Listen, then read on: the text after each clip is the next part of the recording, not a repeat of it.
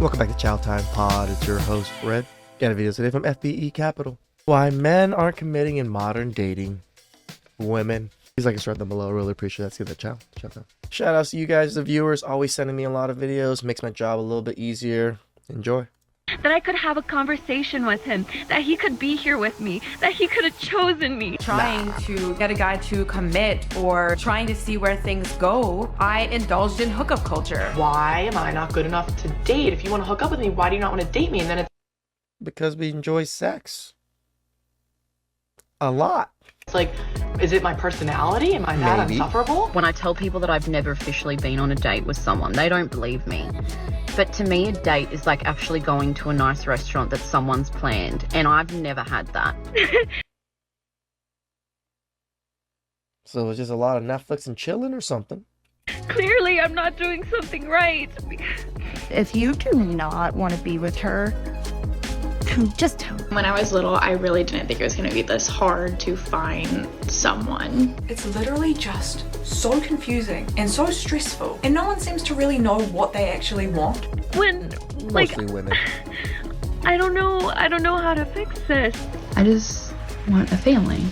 I had to come to terms with knowing that I'm not a woman that men commit to or love.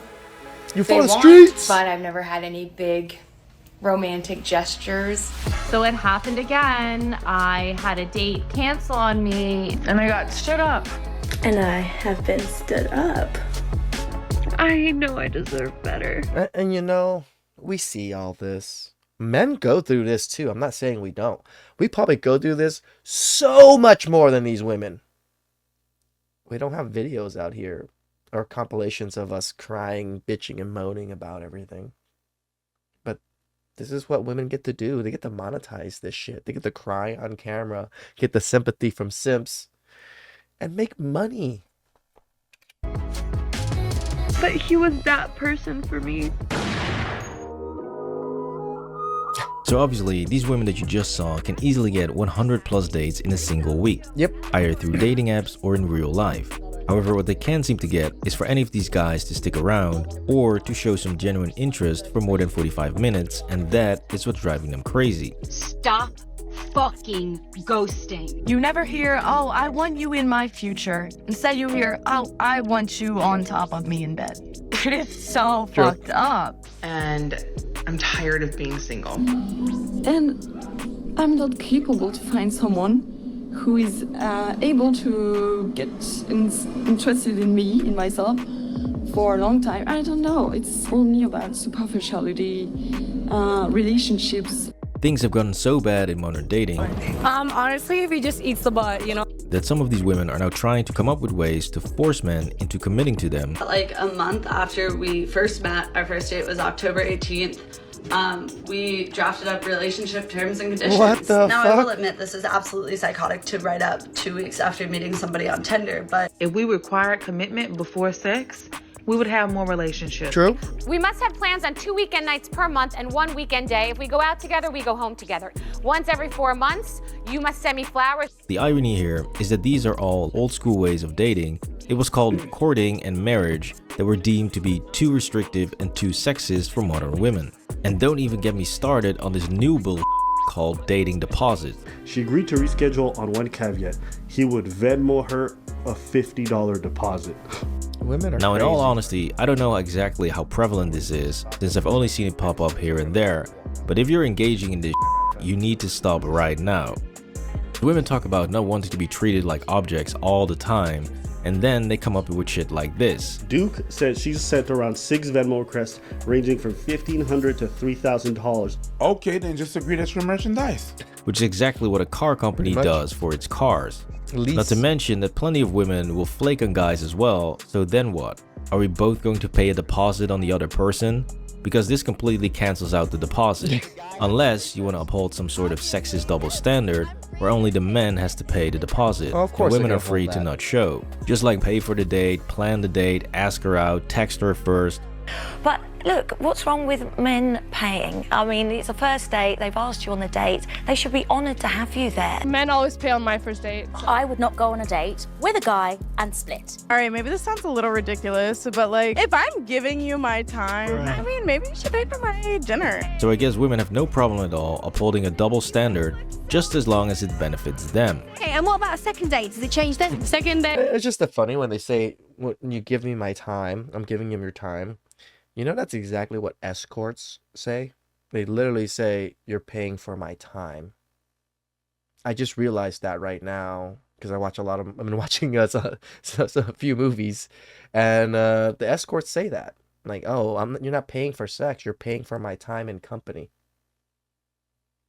Isn't that what these women have been saying this whole time in modern dating? Is you're paying for their time and company? Prostitution? It's still the man. He should pay. Again, I don't put, but I still want the guy to pay. You gotta love hypocrisy and inconsistency, man. It's fucking everywhere. By the way, if you agree that women want to have their cake and eat it too when it comes to modern dating, then please drop a like on the video and comment down below what you think.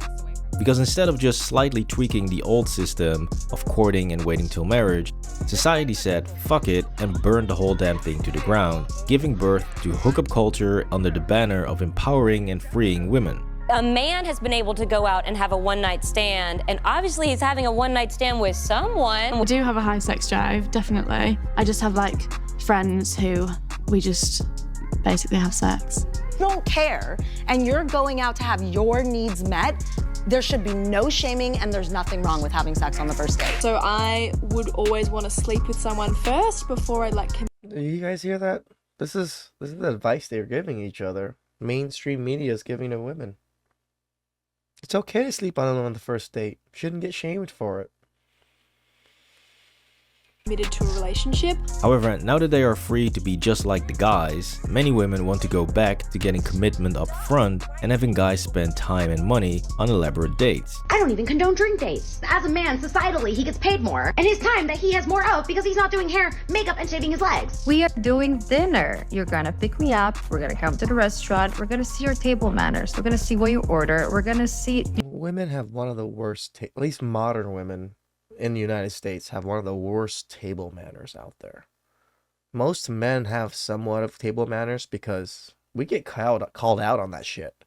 Women know. You hold your chopsticks correctly. For a woman, it's really important that he is investing from the get-go. Stop saying yes to these low value, low investment dates, okay? So why exactly would guys want to do this? Because everywhere you look nowadays, you keep hearing how independent women are and that they definitely do not need a man.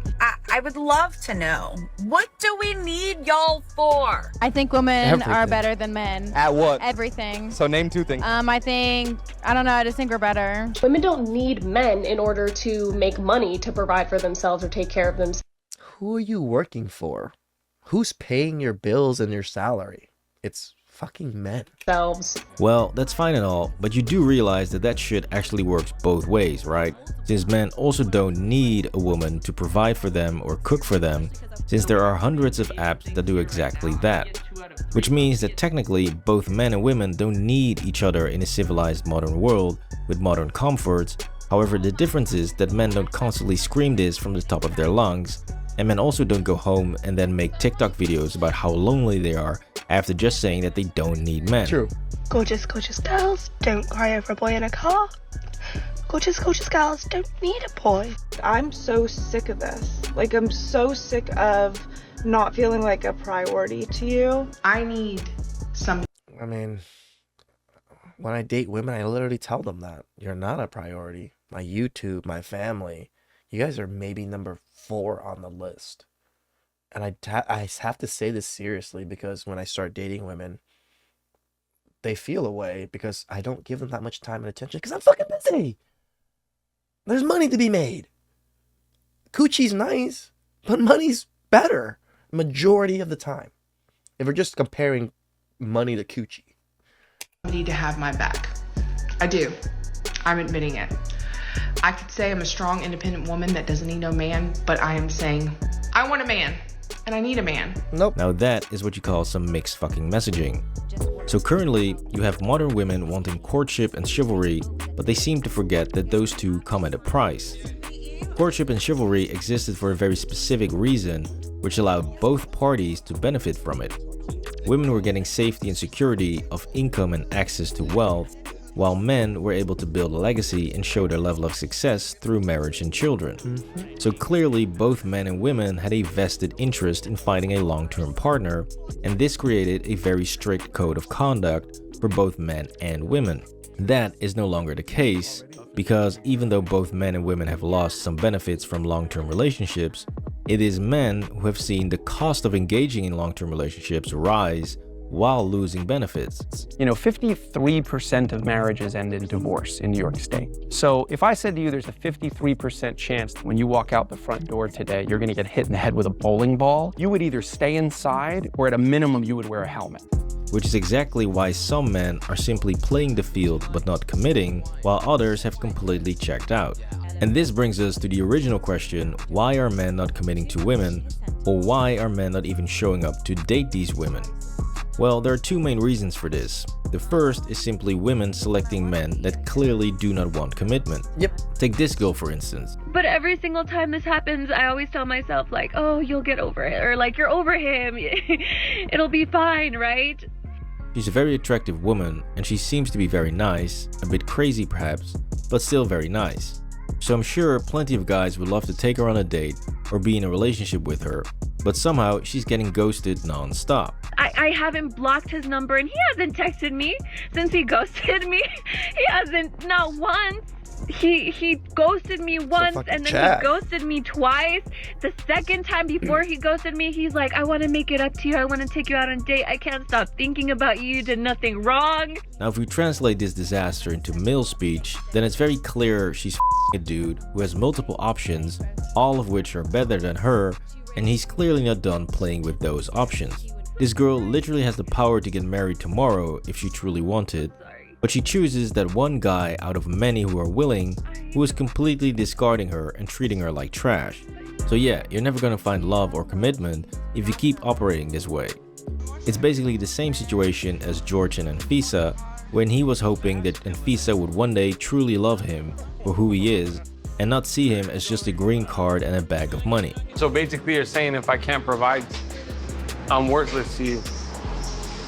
I don't understand what's wrong about it. You're simply setting yourself up for failure since the other person has zero interest in who you are as a person.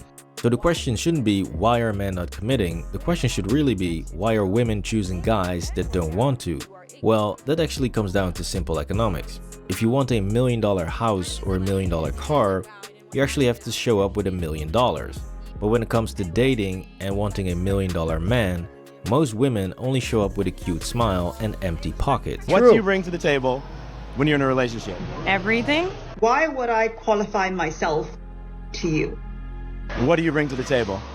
Everything. I bring the whole table. I see so many TikTok clapbacks from both men and women answering this dumb question. I adore this question because it always comes from men that I have absolutely zero intention of ever even looking at. Why are you worried about what I bring to the table? Can you imagine? What do you bring to the That is just like the dumbest question. Why would I be worried about what you bring? Because I want something. Are you not getting something? I think everybody wants something in return for what they're giving.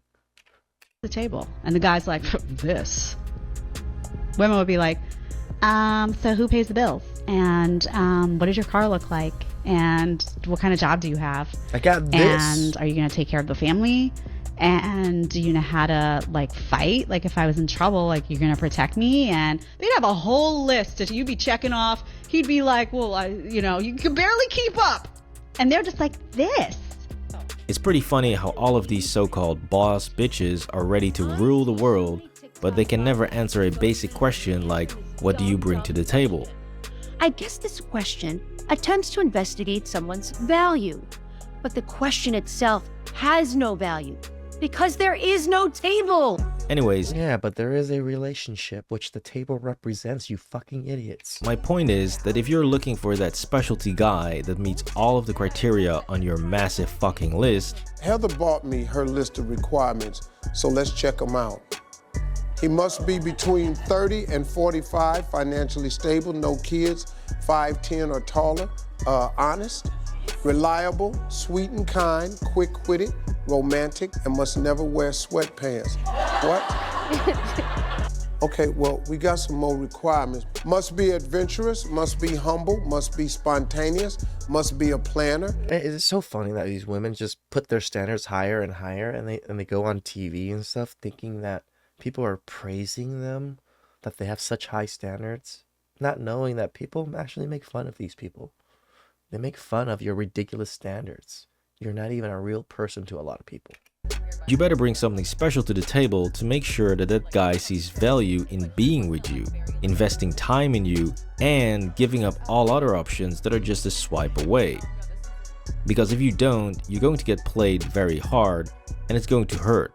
So like I mentioned in the previous video, why men age like fine wine, men actually have to spend years developing themselves, making themselves much more attractive to women, but at the same time, women are being told to never ever change themselves for a guy, and that they are perfectly fine just the way they are. You, yes you, you're an angel.